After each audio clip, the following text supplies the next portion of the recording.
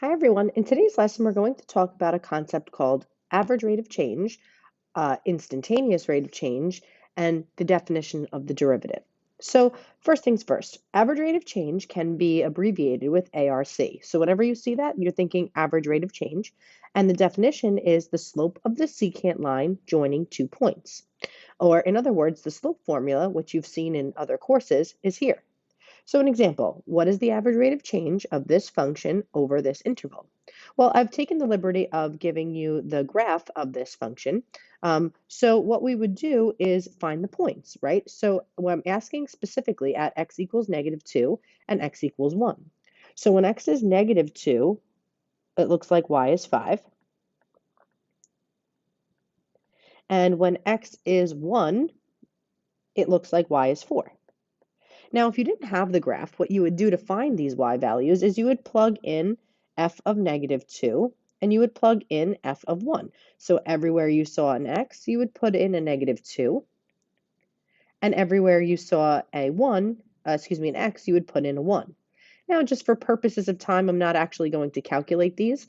You can as well, but they will in fact give you that corresponding value of 5 and 4. So they're asking for the average rate of change, which is the slope of the secant line. A secant line is a line that hits a curve in 2 spots. So our line would look something like this. It hits the curve in this spot and this spot. That is a secant line. So if I want to find the slope, I'm just going to do change in y over change in x. So average rate of change is my slope, which is my delta y over my delta x, my change in y. So I'm going to subtract the y values. So you can make one x1, y1, x2, y2, but I'm just going to start here. We'll call this one y2, y1.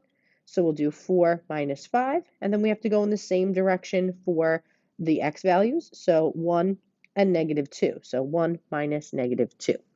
So final answer, 4 minus 5 is -1, and 3 for the bottom.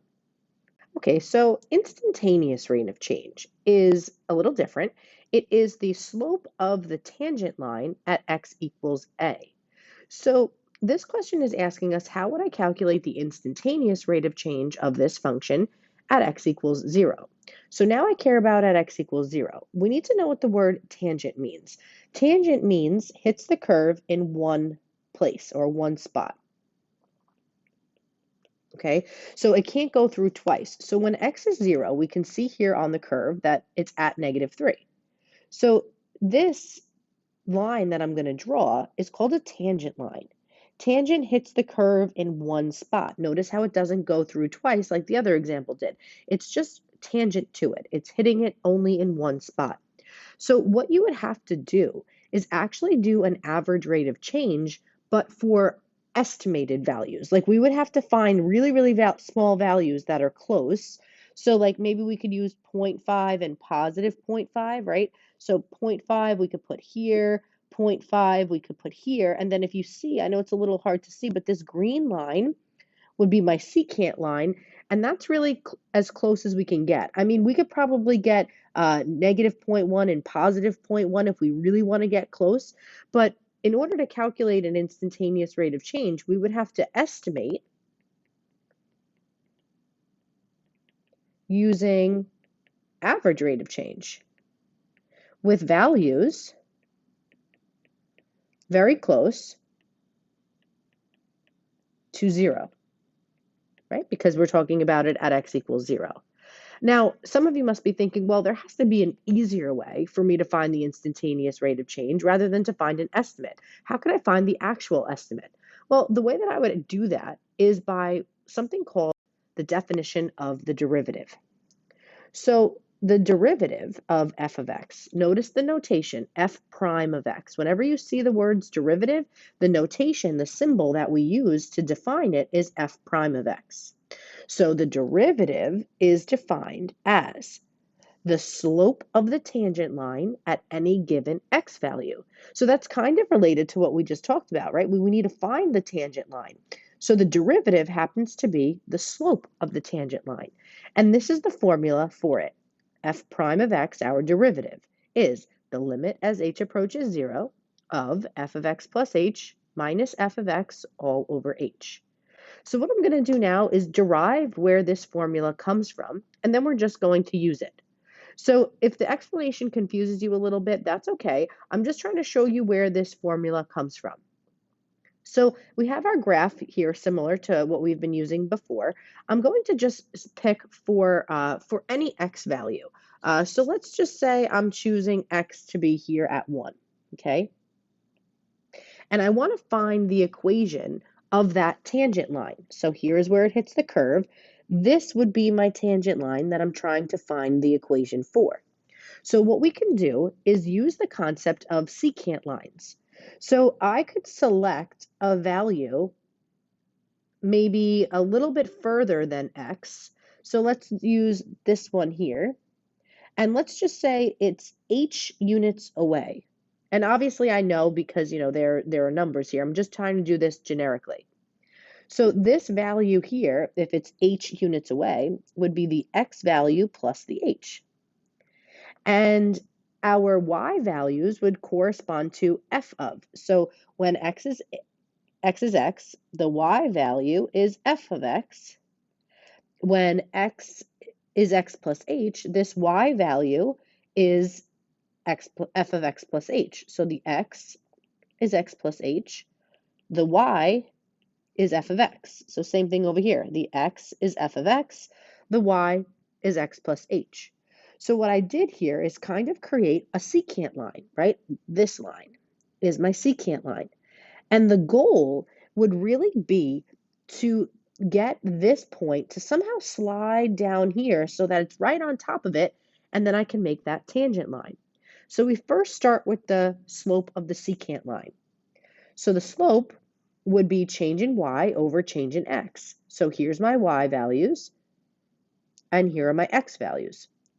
So excuse me, this should say x plus h. So the derivative would be, the slope of the secant line would be f of x plus h minus f of x all over x plus h minus x. So what I did was change in y, this y minus this y, over change in x plus h minus x. And you can tell from this denominator that I can cross off the x's, they cancel to 0. So we have f of x plus h minus f of x all over h. And what did we say that we really wanted this to be? We wanted it to be a tangent line, right? So this needs to go, this distance between here and here needs to get down to 0. So we have something for that. That's called a limit. We want to take the limit as h approaches 0. And this, my friends, is my derivative equation because that gives us this tangent line right here, the slope of this tangent line. I know that's a little complicated to follow. Don't stress it if you couldn't, but now let's use it. So the question says, use the limit definition of the derivative to find the derivative equation. So let's just start with the equation. So we have f prime of x is the limit as h approaches 0 of f of x plus h minus f of x all over h. So basically, when it says use the limit definition of the derivative, we are going to use this formula. And we want to find the derivative equation for this function. So you should notice this formula from pre-calc, f of x plus h. What that means, everywhere you see an x, you are substituting x plus h. So x plus h squared minus 2, x plus h, and then minus 3.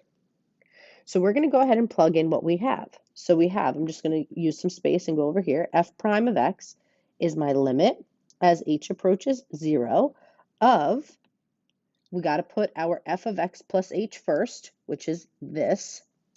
So I like to put brackets to separate it. You don't have to. So x plus h squared minus 2, x plus h minus 3. And then we're going to subtract our f of x. So I'll use brackets around the f of x. And this, my friends, is your f of x. So x squared minus 2x minus 3. And we're going to do that all over h. So we should simplify this. We're going to do PEMDAS. Order of operations would say I should square first.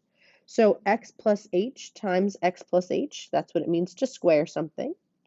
So a quick double distribute, x times x gives me x squared.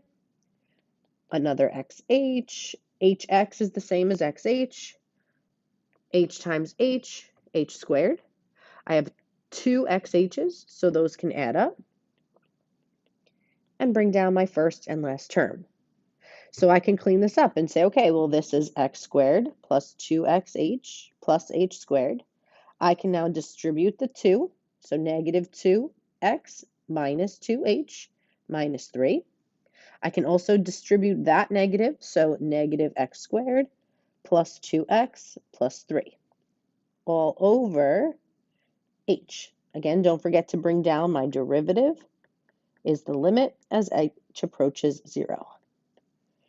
Now what should happen is that everything on the back end should cancel. So this x squared with this negative x squared, this negative 2x with this positive, that negative with that positive. If everything back here doesn't cancel, then you made a mistake somewhere. So now we have 2x h plus h squared minus 2h all over h. Again, you want to bring down your f prime of x.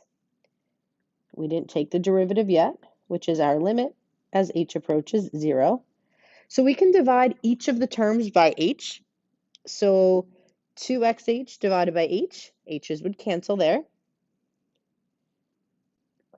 And then we're going to divide these two, h squared divided by h. There's 1 left over h. And then here we're going to divide out the h's, and we're left with a minus 2. So keep bringing down f prime of x, which is my limit as h approaches 0. And now that I've simplified this, I can substitute h for 0. So now once I'm doing direct substitution, my limit goes away. So I'm going to plug 0 in for that h. So 2x plus 0 minus 2. That simplifies to 2x minus 2. That is my derivative equation. Now this equation is used to find the slope of the tangent line for any x. And that brings me to part B. Use the derivative equation to calculate the instantaneous rate of change. Instantaneous rate of change is defined as that. It is the slope of the tangent line for any x value. Well, they're giving you the x value. The x value is 0. So you're going to do your f prime of x equation, which is 2x minus 2, and you are plugging in 0. So 2 times 0 minus 2. So f of 0 is negative 2. So what this means is that the slope of the tangent line